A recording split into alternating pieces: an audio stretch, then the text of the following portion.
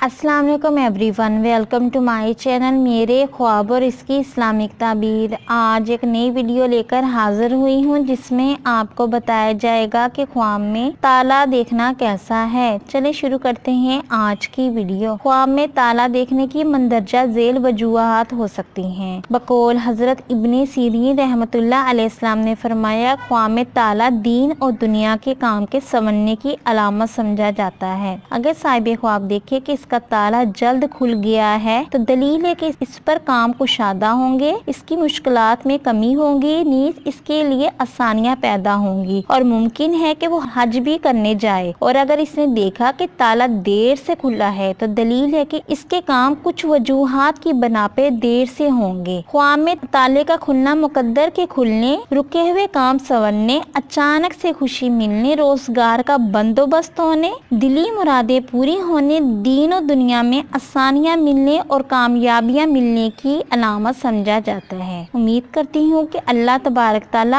आपका ख्वाब आपके हक में बेहतर करे और उम्मीद करती हूँ कि आपको ये वीडियो अच्छी लगी होगी। तो इस वीडियो को लाइक, शेयर एंड सब्सक्राइब करें। अगर कोई सवाल करना हो इस वीडियो के मुतालिक या किसी भी ख्वाब की कोई भी ताबीर मालूम करना चाहते हैं तो नीचे कॉमेंट्स में कर सकते हैं। Thanks for watching and supporting video. Allah Hafiz.